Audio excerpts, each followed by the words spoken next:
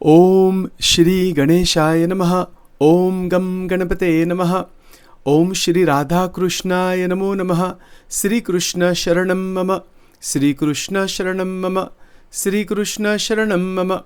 Vame Yasya Stita Radha. Shri Shayasya Asti Vakshasi. Vrunda Viharam Tam Sri Krishnam Rudhi Chintaye. Om Namo Narayanaya. Om Namo Bhagavate Vasudevaya. Om Namah Shivaya. Welcome to Bhagavad Gita, chapter 15, verse number 1, exposition. This is part number 2. This is Sachin Karnik. Verse number 1 in chapter 15 is as follows. Shri Bhagavan Uvacha Urdhvamulam Adhashakam Ashvatham Prahuravyayam Chandansi Yasya Paranani Yastam Vedasa Vedavit. The Padached, meaning the separation of all of the words, because in the original verse it is all linked together. So it is called Padacheda, means to separate each word out, and then we will be expounding upon that. Urdhvamulam Adhashakam Ashvatham Prahuhu Avyayam Chandansi Yasya Paranani Yaha Tam Veda Saha Vedavit. This is the Padached. The full translation is as Shri Bhagavan Uvacha, the Lord spoke, Parameshwar, Paramatma, the Blessed Lord spoke. The actual translation is, they speak of the imperishable Ashvatha tree with its roots above and branches below. Its leaves are the Vedas. He who knows this tree is the knower of the Veda. This is the straightforward translation. Now, we're continuing in series, so this is part number 2. The word Urdhva Moolam, it means with roots upward. It is an analogy that is being used. This refers to the cosmic tree, and that is, through analogy, it is called Ashvatha, whose roots are said to be above, symbolizing the Supreme, the Brahman, Paramatma, as the ultimate source. There is only one source, and there is an ultimate source. This inversion, meaning the roots above and the branches below, conveys that the world is nourished and sustained by transcendental reality, not by its own material basis. So this image of the uprooted source and the nourished world, it is a deliberate inversion. This is how it is presented in Bhagavad Gita 15.1. There is the presentation by Bhagavan Krishna when he says Urdhva Moolam, the roots above, and the other Shakam, branches below, of this Ashvatha. It's a sacred fig tree, or the world tree, as it is, the cosmic tree. That is what is described in an analogy. So, in ordinary botany, sources of life are beneath, and growth spreads upward. But in the Gita, inverts the topology, so that the cause, measure, and value stand above the system they sustain. I hope that makes sense. Is there a system? Is there a material world system within which you live? Of course there is. There's a massive biological system, a biochemical system, a natural system. This is what we study in physics and chemistry and biochemistry, and all these different scientific disciplines are study of this natural system of the material world. Right? So the Bhagavad Gita inverts the topology so that the cause is above the system that it sustains. The measure, meaning we can measure the material world, but we cannot measure the infinite. And the value meaning its importance, its significance, is such that it is much, much beyond the system that it sustains. The point is not clever imagery, but a metaphysical claim that the world is and how it flourishes depends on what transcends it. See, please try to understand this point. We see this world outside. We see our experiences with our bodies, with our life experiences of all different types. Yes, it exists, no doubt. But there's a metaphysics that is described here. That metaphysics is that the world and how it flourishes, in terms of the species developing and the bodies coming and going and the entire cosmic creation, sustenance, destruction. It is dependent upon that which transcends it. That is the Moolam, Urdhva Moolam. So there is an ontological claim of top-down causality. To say that the world's roots, or the world's root is above, meaning that the material existence, its root is above, quote above, it is to insist that Brahman or Paramatma, that supreme absolute, supreme self, is the source. It is the norm and the nourishment of the manifold. What does that mean? Source meaning cause. There's a cause of all causes. This is called Karya Karana Sambandha. What is the cause of all causes that doesn't have any other cause? That is Brahman. That is the supreme super consciousness. Or Bhagavan. So, that Paramatma is that Brahman. It is the support of the manifold. And the manifold meaning the manifold existence, the material existence with all of its diversity. That is manifold. It is a support of this material reality. Material reality. So it's a material canopy. Canopy. The material canopy. The multitude of cultures that are within that. The extraordinary number of bodies, sharira. All different types of psychological activity that goes on in human beings as well as animals and maybe other beings also. There's always some mind. All kinds of psychologies, psychological activities, ecologies of all types. Ecological systems theory, in the ecology of the world, in the sociological structures of the world, things like that.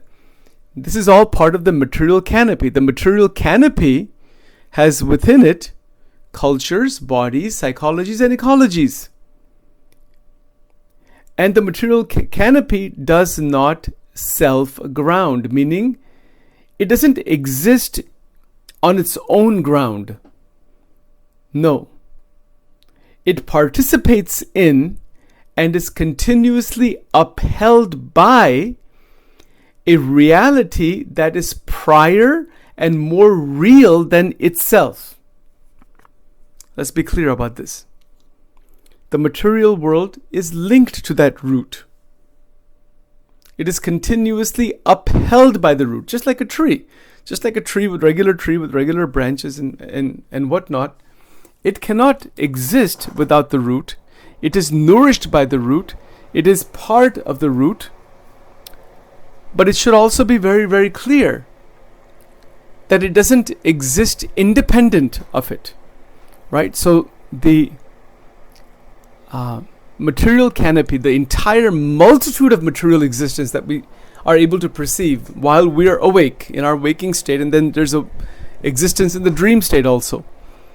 It is all participating. The material canopy, canopy is like a big tent, right? It's just a word that is used to illustrate the point. The material canopy participates in. It is a participation in that reality, in a reality that is prior and more real than itself. It's one heck of an idea. This is why Chaitanya Mahaprabhu called this the inferior energy of Bhagavan Krishna. In the Achinta Bheda Bhed Tattva Gnan, which means incomprehensible identity and difference, that is called Achinta Bheda Bhed Tattva. It's a most extraordinary, beautiful perspective of Vedanta. As hopefully you know, those who are listening are students of the Gita, Vedanta, etc. There are many forms of Vedanta. There's Advaita Vedanta, Vishishtadvaita Vedanta. There is Ashuddha Advaita. There's so many variations. So I'm just pointing this out here, that Chaitanya Mahaprabhuji's perspective is of something like this. And they're all correct. There's not one wrong and one right. It's not like that. They are all darshanas. They are all realizations of the great sages. So there's no doubt that the material world does exist. We know that. Is it continuous? It is continuous in the sense that it exists all the time. I mean, there isn't a time when it doesn't exist as such. Bhagavan Krishna, he himself says, there's never a time when I did not exist, nor all of these beings. Everything is existing. But the point is that there is a very great realization here. There is a great realization about the participation of the material reality, the material canopy in Brahman, in the ground, in the Urdhva Moolam, in that source with a capital S, the Supreme. This is really interesting. So the material condition, the material reality with all of its diversity, it is not existing independently of the absolute supreme root, the supreme self. Again, interestingly, the word root there, moolam, mool refers to root. And why say urdhva moolam? I mean, why even say that? Because it is a way of trying to present the fact that the ascent, the spiritual ascent, has to be an upward ascent. In our lives. Our lives, most of the time, they are going in a very downward manner. Not always, but many times that is so. For many reasons. And to recognize that there is a downward descent, that stopping of that downward descent is one of the main goals, if not the major goal, of the entire Sanatana Dharma and the Bhagavad Gita in particular. The downward descent is the entrapment inside the material world through the cycle of birth and death. The beings that keep moving within the 14 lokas. Each Brahmanda has 14 lokas. The Jivatma keeps going up and down within the realm of Maya, within the Brahmanda. But the goal in chapter 15 is to discover that source and to be in communion with that source, because that is the purpose, the ultimate purpose of one's life. Life has many purposes. Obviously, we have to survive in the material world, and the material world is continuously upheld by that extraordinary reality, Brahman. Brahman meaning vast consciousness, unending truth.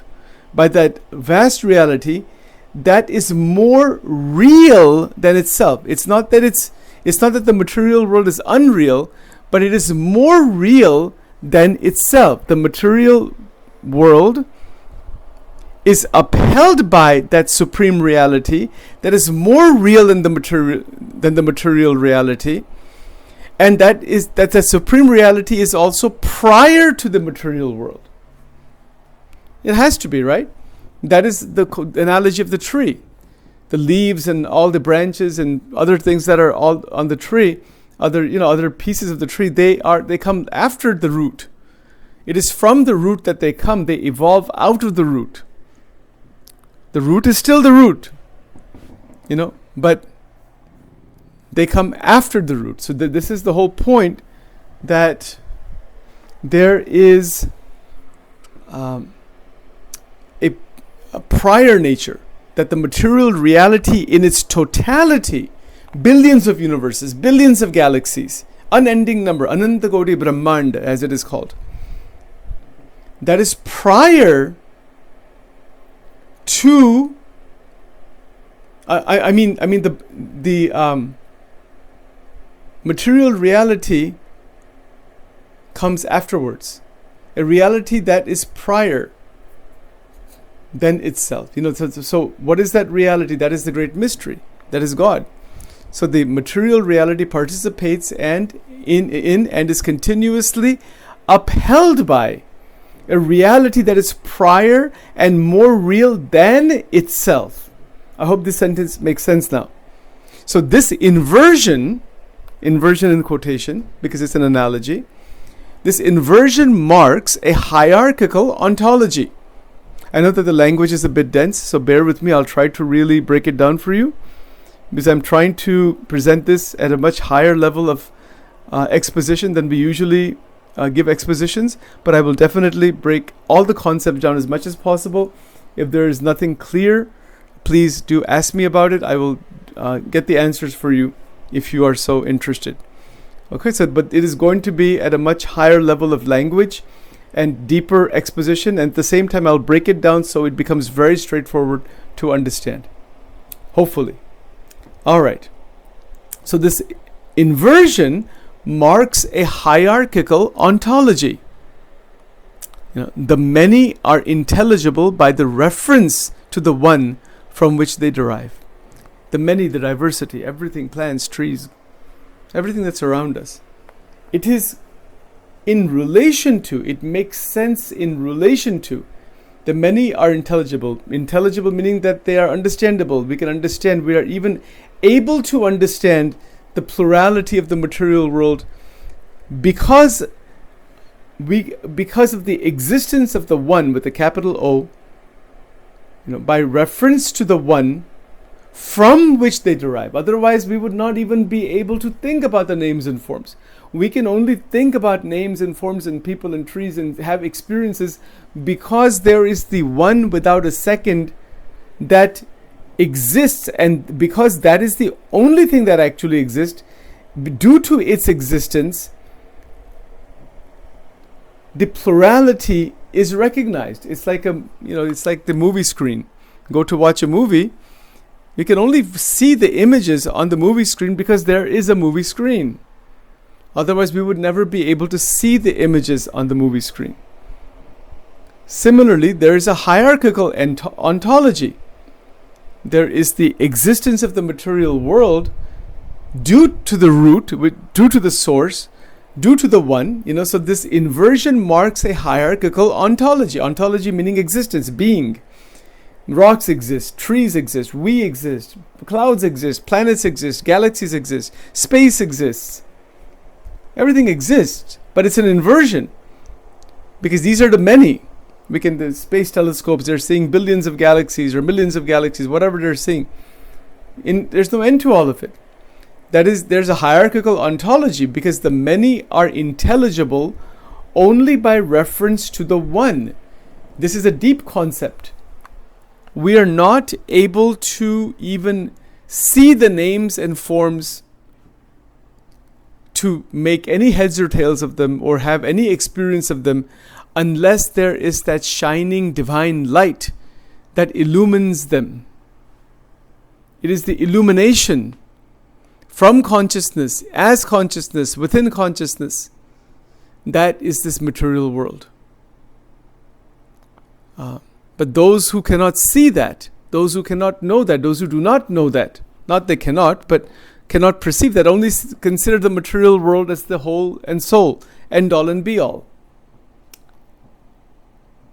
But it is not the end all and be all. It is not. It is a very fluctuating phenomena. It is a very, very temporary fluctuating phenomena, coming and going of so many bodies, coming and going.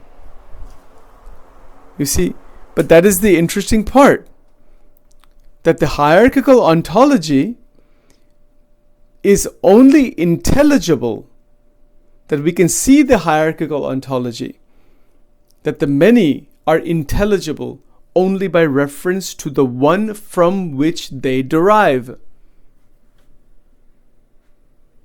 You see, most powerful statement. They derive from the one. There's always a cause to everything. Every object we have had some cause. So the material reality itself has its own supreme cause. the material reality is infinite also. There is no end to it. So the point being made here in this word urdhva moolam is that there is a spiritual ground that doesn't have any other cause, and it is due to that one, that ground, the capital O-N-E, due to its existence, there is the awareness, the capacity to intelligently examine and study and understand the material existence. And hence we have the hard sciences, soft sciences, all the university departments, etc. Now, the next point here, very interesting. This word chandansi. So in the verse, in the verse number 1 here, chapter 15, chandansi means the Vedic hymns and meters are what? Are the leaves, paranani. Leaves are the interface where light becomes life. Light meaning that divine divya prakash, that divine consciousness that is manifesting as the light, as life, as all kinds of life.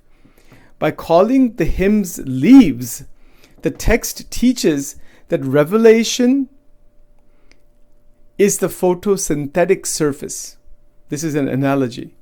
It conducts the light of Brahman into the organism of the world, turning transcendence into imminent nourishment. I will explain all of these points in just a moment. I'm going to read this out a little bit here based on my research, and then we'll go into it carefully. Without the urdhva influx, the higher influx, the adha, the lower canopy withers. The lower withers without its presence, without the presence of the divine everywhere. Hence, transcendence is not a remote add-on. It is the energetic condition of the world's ongoing. I'm going to go through this entire paragraph in detail. So please bear with me. Please, this is going to take time to understand this, to really get embedded within it, because it is a way to deeply unfold the mysteries of the Bhagavad Gita, each word, each verse, in its intricate way of really pulling together realization within us, right? So we want to have clarity in our buddhi, in our intelligence of what the Gita is teaching us, in chapter 15 particularly. So let's go through this very carefully. And then from that clarity, of course, our devotion and gnyan and everything increases. So the word chandansi, that refers to the Vedic hymns and meters. How many Vedas are there? 4 Vedas. There are 4 Vedas, right? Rig Ved, Atharva Ved, Yajur Ved, Sam Ved. Ved Vyasji is the one who classified them, categorized them. He categorized all of these hymns. So Bhagwan Krishna is teaching us here that these are paranani. Paranani means they're like the leaves of the tree.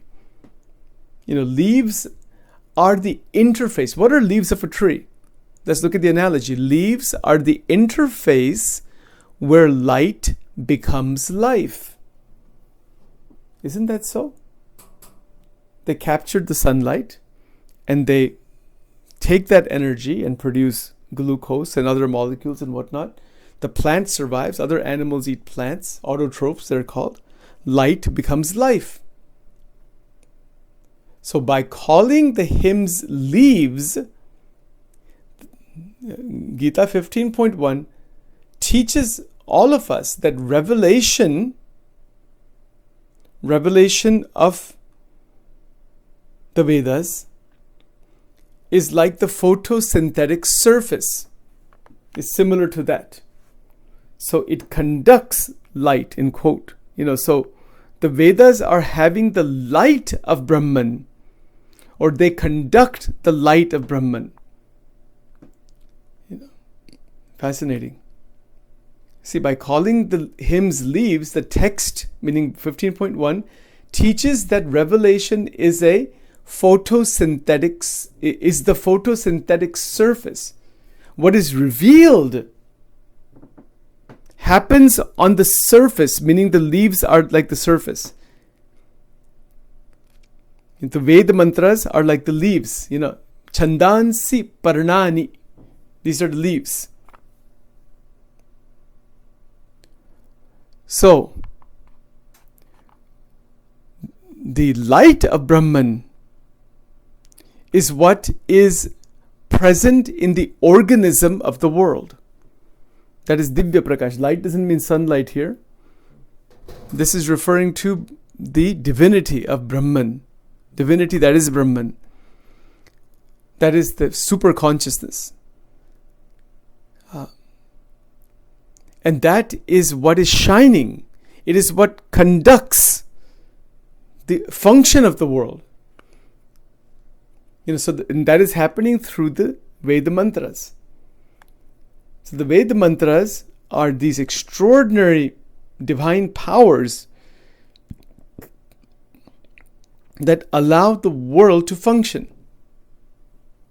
It conducts the light of Brahman into the organism of the world, turning transcendence into immanent nourishment.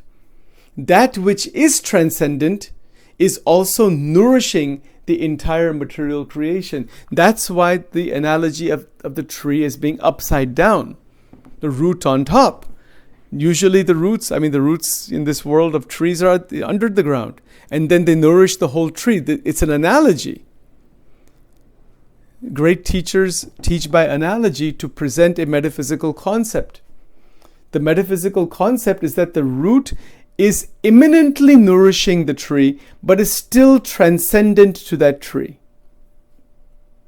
The root, meaning the Parabrahman, Shri Purushottama Bhagavan. This is called Purushottama Yoga. So Purushottama is the word we will use.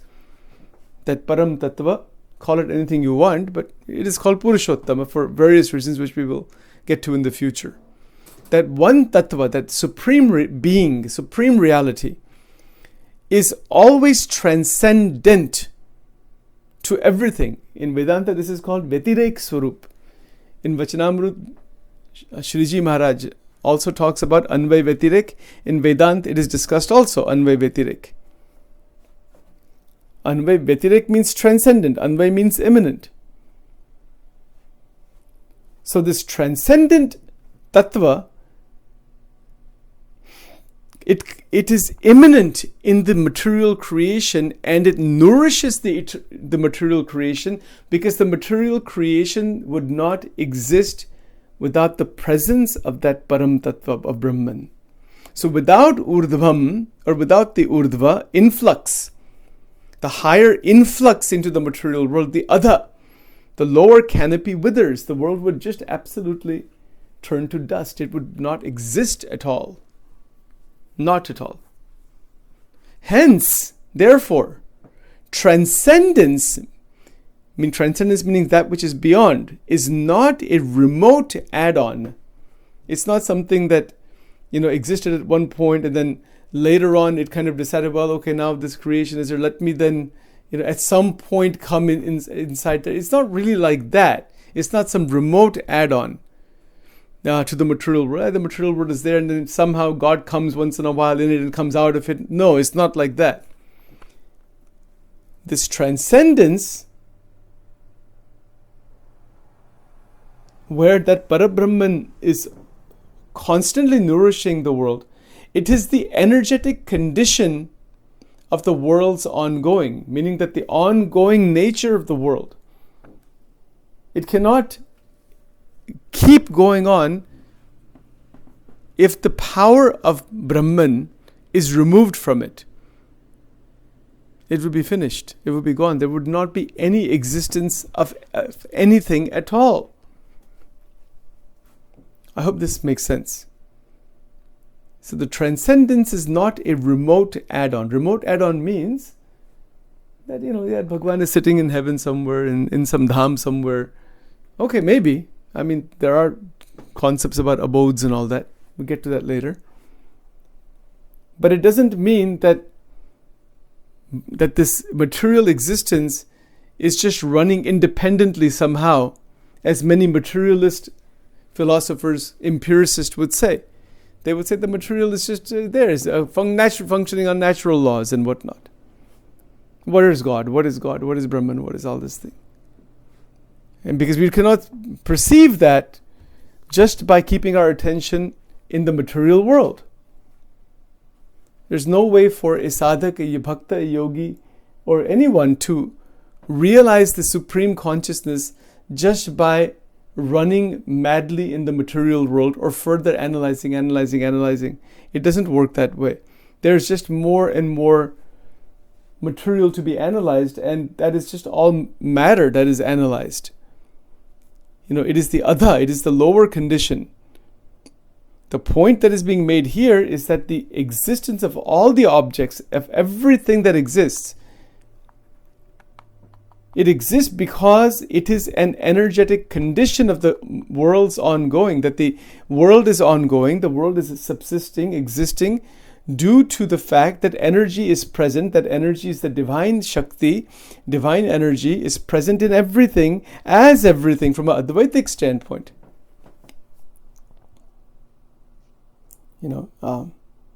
God is present all the time, everywhere. That's a more theistic language. Most interesting, most fascinating. We'll cover a couple more points here and we'll take a break here. Why the imperishable tree is not a contradiction? Let's look at that question. The tree's name, Ashwatha means that which does not last till tomorrow. It describes impermanence. The word Ashwatha means that which does not last till tomorrow. It signals impermanence. Yet the verse says Avyayam. Avyayam means imperishable, that the tree is also imperishable, but there is the Ashwatha tree which keeps changing. So the paradox dissolves once Urdhva Moolam is honored. The canopy is indeed fleeting, but the support is not. This is the point. The material world keeps coming and going, changing. It's fleeting, but it exists. Although it is impermanent, it still exists. Impermanence exists. It is fleeting, but the support that sustains it is not fleeting. Whatever endures in the world does so by participation in the imperishable source, with a capital S, not by its own material inertia. Let's try to be clear about this point. Whatever objects exist, cups, chairs, people, closets, whatever, fans, clouds, planets, everything, whatever endures in the world, does so by participation in the imperishable source. That is Akshara Brahma. Imperishable means that which doesn't change, that which doesn't ever have any kind of non-existence or any kind of impermanence. That is imperishable, existing always. The source is always present. So the endurance of the objects of the world, including our body, our mind, our senses, our thoughts, everything, thoughts, emotions, memories, feelings, all the subtle body, everything, it endures. Whatever endures in the world, all of this, does so by participation in the imperishable source. We are always connected to the source. And that source is imperishable. It's unchanging. It is divine. It is the most extraordinary realization to discover that. But we are always participating in it. We are never outside that. But people who are, or individuals who are externally tuned only into the material condition, would only say that this is just, it's just material life. Eat, drink, and be merry. The senses and the objects of the senses, the experiences in the brain and the mind. You can do EKGs and fMRI scans and you can measure heart rate and EEGs, and this is all part of material process. The mind itself is a material process. But that source with a capital S, that is Shri Purushottama Bhagavan. You can say Akshara Brahma and Purushottama. I won't make that separation right now. That which is beyond the perishable, avyayam. That is why the entire existence, from the root to the entire existence of this endless creation, it is existing all the time, avyayam. But nonetheless, the word Ashwatha literally would mean that which does not last till tomorrow. It is a symbol of a tree with the roots upward, but it is also has this meaning, that which doesn't, and we know that. How much does anything last anyway within the fabric of time? So we're also talking about the existence of space, time, and causality, without a doubt. And that is also an evolute from the imperishable.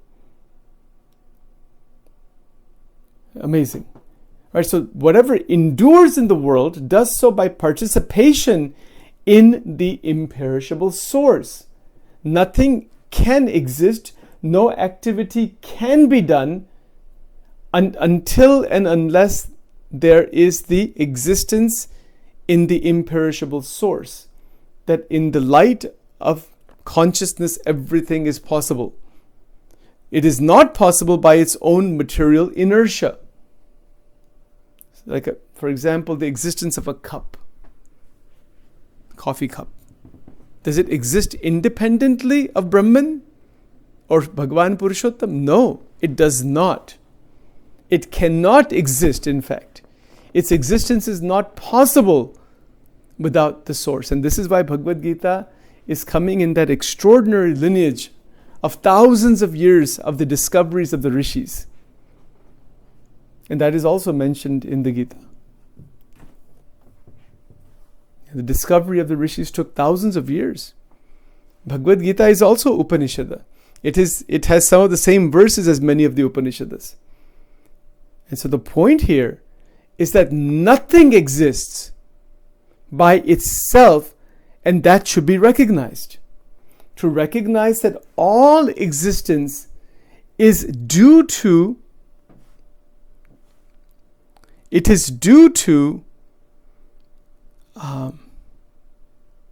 the participation in the imperishable source. That a cup of tea, a cup of coffee, is participating in the source. It is not existing independently from the source. Its existence is due to the participation in the source. And we could even say that the source is the cause of its existence, but the source is eternally independent of the existence.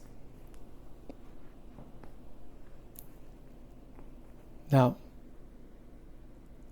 to even begin to touch this truth, Sachin is only speaking, trying to explain this conceptually. To begin to resonate with this, it is a matter of profound reflection, bhakti, devotion to God.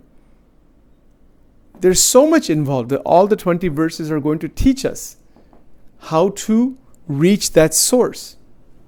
That is why it is called Purushottama Yoga. Purushottama means that Uttama Purusha. Uttama means the topmost being, Tattva.